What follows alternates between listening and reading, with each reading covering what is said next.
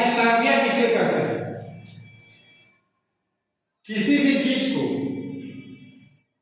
वस्तु को या जानवर के नाम को या भाव को या वस्तु को संज्ञा कहते हैं। सबसे पहले हम बताएंगे यहां ध्यान दीजिए, संज्ञा को दो तरह से पूछा जा सकता है। पहला क्या होगा कि संज्ञा किसे कहते हैं। कोई कोई ऐसा ही पूछ सकते हैं कि संज्ञा की परिभाषा बताए या लिखिए। यानी आपको लग रहा होगा कि संज्ञा किसे कहते हैं, संज्ञा की परिभाषा लिखिए, दोनों में अंतर है। ऐसा कुछ नहीं है। संज्ञा किसे कहते हैं, संज्ञा की परिभाषा लिखिए, दोनों सेम है, उसका आंसर एक ही होगा। जैसे आपको बताते हैं किसी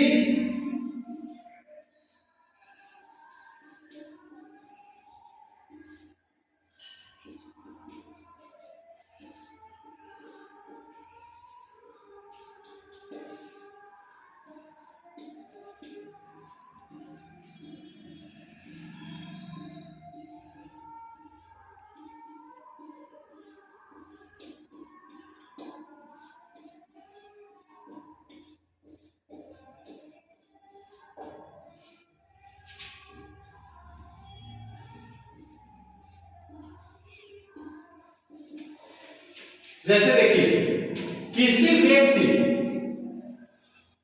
वस्तु, स्थान तथा जानवरों के नाम को संज्ञा कहते हैं। संज्ञा की परिभाषा भी हो गया और संज्ञा किसे कहते हैं, यानी दोनों क्वेश्चन का सेम आंसर है। अब इसमें समझना है आपको कि किसी व्यक्ति, व्यक्ति मीन्स क्या होता है, व्यक्ति मीन्स होता है किसी व्यक्ति का नाम हो, राम, श्याम, मोहन, सीता, गीता, ये क्या है, व्यक्ति है। वस्तु में आपका क्या है, वस्तु में हो गया आपका कलम, किताब, पेन, यानी ये सारे क्या हो गए, वस्तु हो गए। स्थान, स्थान में बताया गया है, जैसे आप अरबन में रहते हैं तो अरबन क्या हो गया, स्थान हो गया। पटना, दिल्ली, रांची, यानी जगह के नाम को स्थान कहते हैं।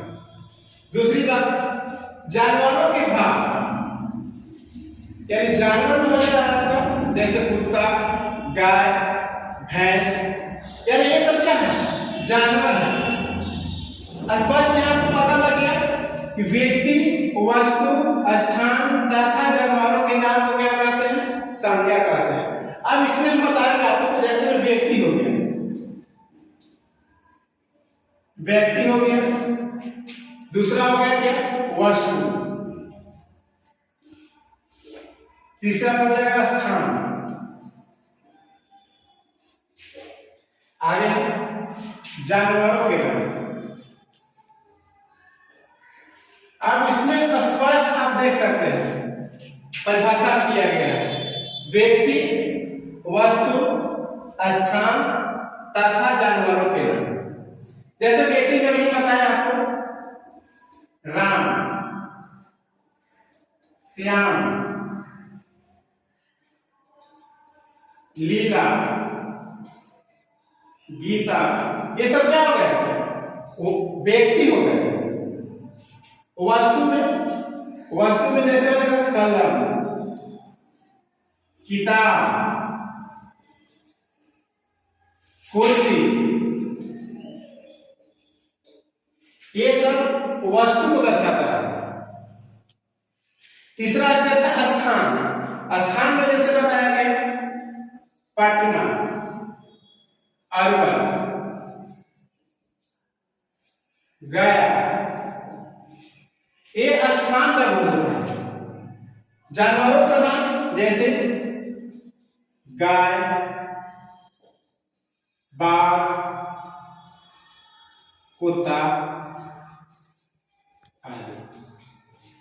यहां से आप स्पष्ट समझ लो कि व्यक्ति में क्या हो जाएगा, राम, श्याम, लीला, गीता, वस्तु में हो जाएगा कलम, किताब, कुर्सी, स्थान में क्या हो गए, पटना, अरवल, गया, जानवरों के नाम में हुए गाय, बैल, कुत्ता आदि। यानी यहां से आप स्पष्ट समझ सकते हैं कि किसी व्यक्ति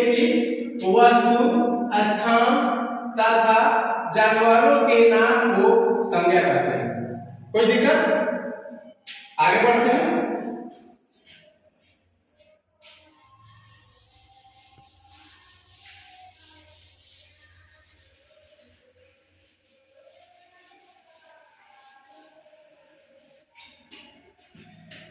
आगे देखेंगे, अब चलेंगे कि संज्ञा कितने प्रकार के होते हैं।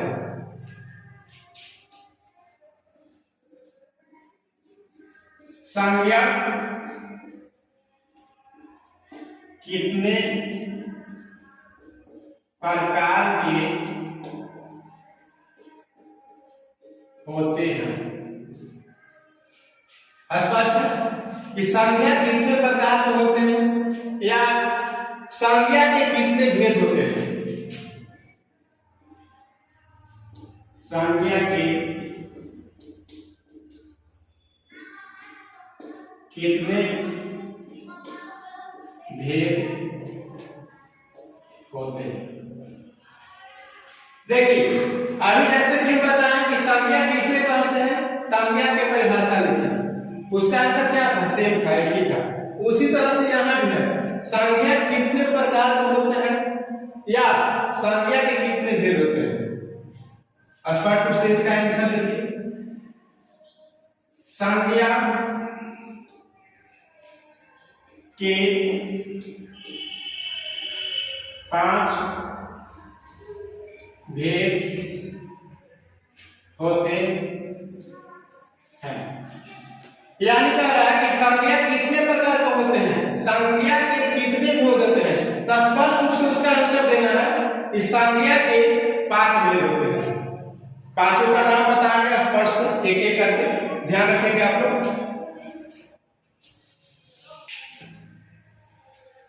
संज्ञा के 5 भेद होते हैं। पहला देखेंगे, पहला हो गया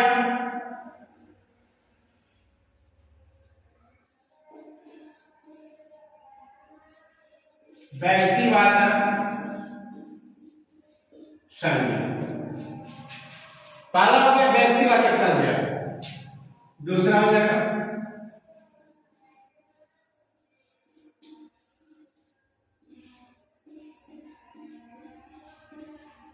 जातिवाचक संज्ञा। तीसरा हो जाएगा भाववाचक संज्ञा।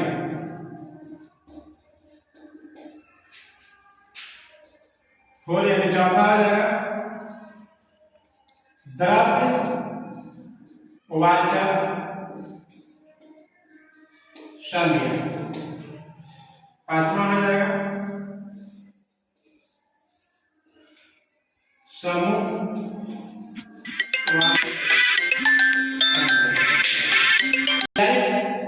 संज्ञा के ही 5 भेद होते हैं। पहला होता है व्यक्तिवाचक संज्ञा, दूसरा होता है जातिवाचक संज्ञा, तीसरा होता है भाववाचक संज्ञा, चौथा होता है द्रव्यवाचक संज्ञा और पांचवा होता है समूहवाचक संज्ञा। स्पष्ट रूप से समझ गए आप लोग, इधर ध्यान देंगे। अब इसमें क्या रहा है कि व्यक्तिवाचक संज्ञा किसको कहते हैं। पहले भी हम संज्ञा बताए हैं कि व्यक्ति किसको कहते हैं, जाति किसको कहते हैं, उसके बारे में। यानी व्यक्तिवाचक संज्ञा यानी व्यक्ति या प्राणी का बोध हो उसे व्यक्तिवाचक संज्ञा कहते हैं। स्पष्ट रूप से देखिए, व्यक्तिवाचक संज्ञा किसको कहते हैं। देखिए, किताबी से अगर किताबी भाषा से पढ़िएगा तो कुछ अलग हट के रहेगा। उसमें क्या होता है, 1-2 लाइन जोड़ करके लिखते हैं, यानी उसका परिभाषा बड़ा हो जाता है। किताबी दुनिया से हट करके देखिए, व्यक्तिवाचक संज्ञा किसे कहते हैं, व्यक्ति या प्राणी का बोध हो उसे व्यक्तिवाचक संज्ञा कहते हैं। अब यही में जैसे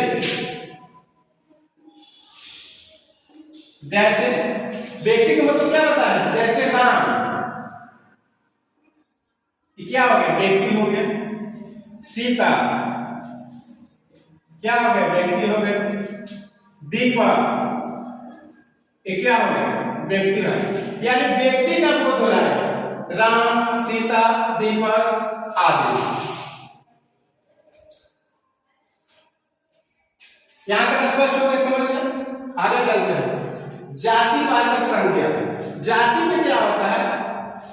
जाति यानी जाति का बोध हो, जाति या धर्म का बोध हो। स्पष्ट रूप से किताब से मिला है, आपका लंबा आंसर मिलेगा, लेकिन स्पष्ट रूप से जो बताते हैं उसको समझिए, और जितना हो सके शॉर्टली क्वेश्चन याद कीजिए। जितना शॉर्ट में याद कीजिएगा उतना ही फायदा होगा। किताब से देख करके लिखिएगा, कोई भी प्रश्न को अगर टीचर देखता है तो पता लग जाता है ये तो किताबी भाषा याद किया हुआ है, लंबा है। यानी स्पष्ट रूप से जातिवाचक संज्ञा कैसे करते हैं? यानी जाति भर का बोध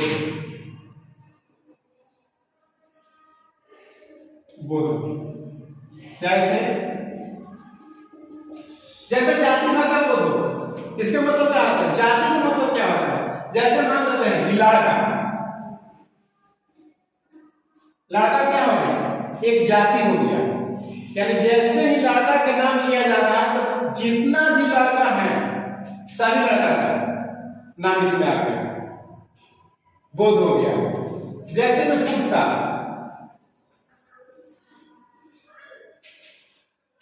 यानी एक कुत्ता का बोध नहीं हो रहा, जैसे कुत्ता, जितना भी कुत्ता है संसार में सबका बोध हो गया। यानी एक जाति हुआ। कौन सा जाति? तो लड़का जाति का है। ये क्या है? तो कुत्ता जाति का है। जैसे गाय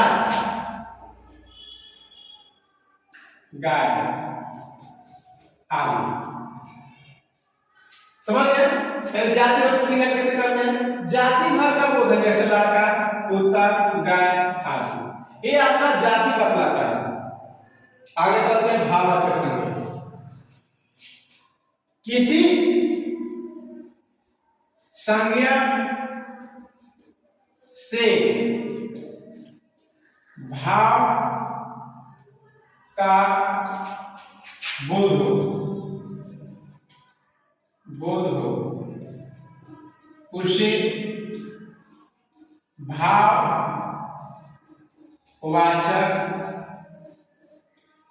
संज्ञा कहते हैं।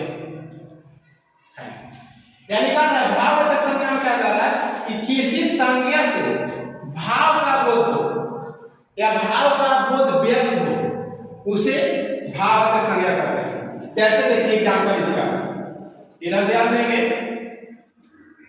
जैसे भाव में क्या होगा? मान लेते हैं कि आपके घर में खीर बना हुआ है,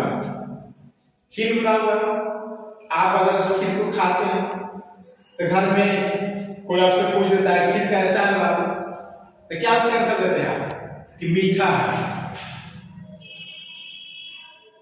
अगर घर में तरकारी बना हुआ है, सब्जी बना हुआ है तो उसमें ही बोलते हैं, तो अगर ज्यादा तीता रहता है तो उसको बताते हैं कि सब्जी ज्यादा तीखा है, ज्यादा तीखा। तो ये क्या हुआ? भाव बताता है। यानी भाववाचक में क्या हुआ? जैसे मीठा, तीता, खट्टा आदि। जैसे आप देखिएगा आजकल ज्यादा चल रहा है गोलगप्पा का जमाना। हम लोग जाते हैं बाजार में गोलगप्पा खाते हैं, तो जब देखते हैं कि जब गोलगप्पा खाते हैं तो देखते हैं उसमें क्या होता है? खाटा का महसूस होता है, यानी लगता है कि इमली डाला हुआ है, तो खाटा का महसूस होता है। तो वो क्या हो गया? भाव का बोध बता रहा है कि मीठा, तीता, खाटा यानी इत्यादि। ये क्या हो गया? भाववाचक संज्ञा। समझ गए यहाँ तक स्पष्ट? अगर किसी को दिक्कत है तो कमेंट में जरूर लिख करके प्रश्न पूछ सकते हैं।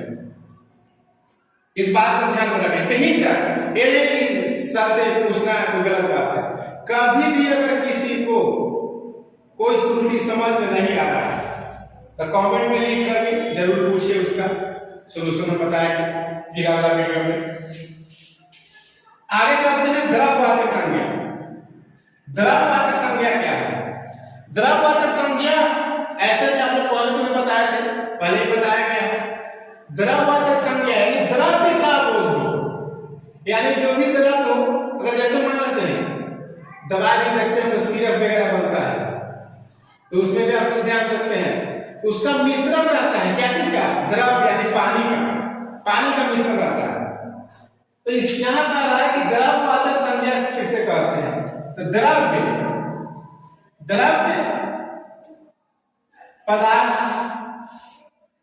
द्रव पदार्थ का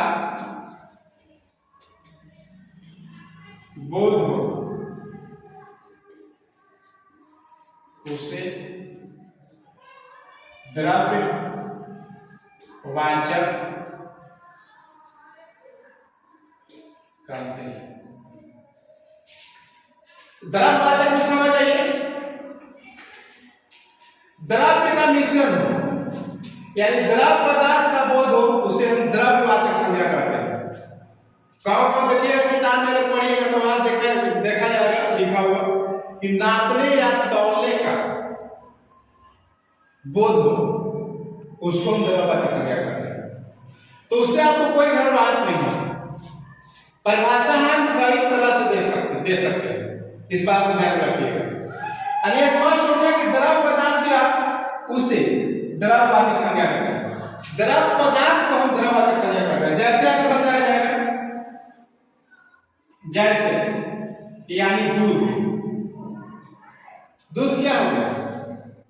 द्रव्य का मिश्रण है, यानी उसमें ही पानी मिलाया जाता है। देखिएगा कभी भी आप दूध लेने जाते हैं तो खास करके खटाल को देखिएगा कि कभी भी वो आपको दूध निःशुल्क नहीं देगा, प्योर शुद्ध नहीं देगा। सबसे पहले क्या करता है, यानी दूध को ढूंढने के लिए सबसे पहले क्या करेगा, बाल्टी में पानी ले लेगा, लेने के बाद क्या करेगा, छेनी को धोता है, और धोने के बाद कुछ न कुछ वह पानी बाल्टी में रख लेता है। इस बात को एकदम स्पष्ट समझ लीजिए। यानी द्रव्य क्या है, उसका मिश्रण है, यानी उसमें ही पानी मिलाया जा रहा है। आप हम लोग समझते हैं कि शुद्ध दूध पीते हैं, नहीं, उसमें मिला हुआ है पानी, यानी वो मिश्रण है पानी का दूध। दूसरा आपको देखिए, जैसे दूध हो गया, जैसे पानी हो गया, पानी की तरफ है एग्जाम्पल दूध और पानी, ये सब क्या है, द्रव्यवाचक संज्ञा।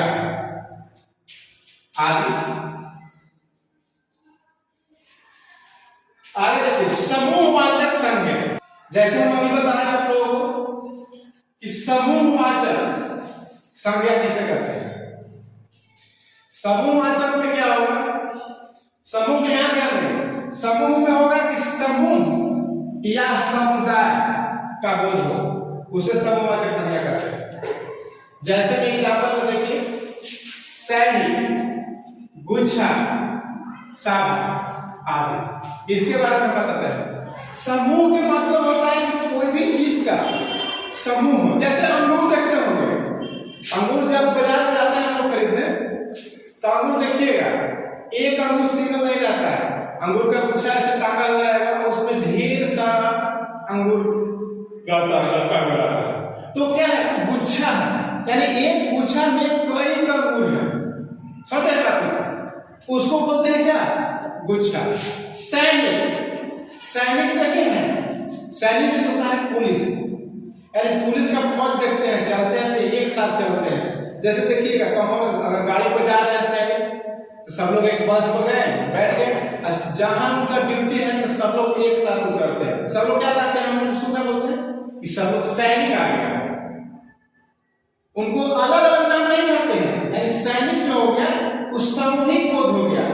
क्योंकि अगर मान लेते हैं कि एक बस में 100 पुलिस बैठा हुआ है और मान लेते हैं कि उसको हम लोग देख रहे हैं, मान के चलिए, तो उनका 100 को नाम तो हम नहीं जानते हैं, लेकिन उनको बारे में हमको परिचय देना है। अगर कोई पूछता है कि वो कौन है तो क्या बता सकते हैं, क्या बोलिएगा कि 100 के नाम नहीं जानते हैं सर, वैसा नहीं होता है। देखिए क्या है, उनको हम सैनिक बोलेंगे, सैनिक बोलते हैं। अगर देहाती भाषा देखिएगा तो कहते हैं कि पुलिस, यानी सामूहिक रूप से उसका बोध किया जाता है, जैसे सैनिक। स्पष्ट समझ गए। यहाँ गुच्छा के बारे में समझाया। सभा, सभा क्या होता है, अभी आप लोग सभा बहुत कम देखते होंगे,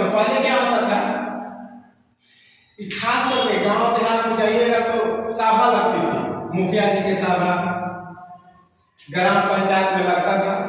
अगर घर में अगर किसी का लड़ाई झगड़ा हो गया या गांव में किसी से लड़ाई झगड़ा हो गया तो उसमें क्या बनाया जाता था कि मुखिया जी को बुलाइए, एक सभा बैठाइए उसको।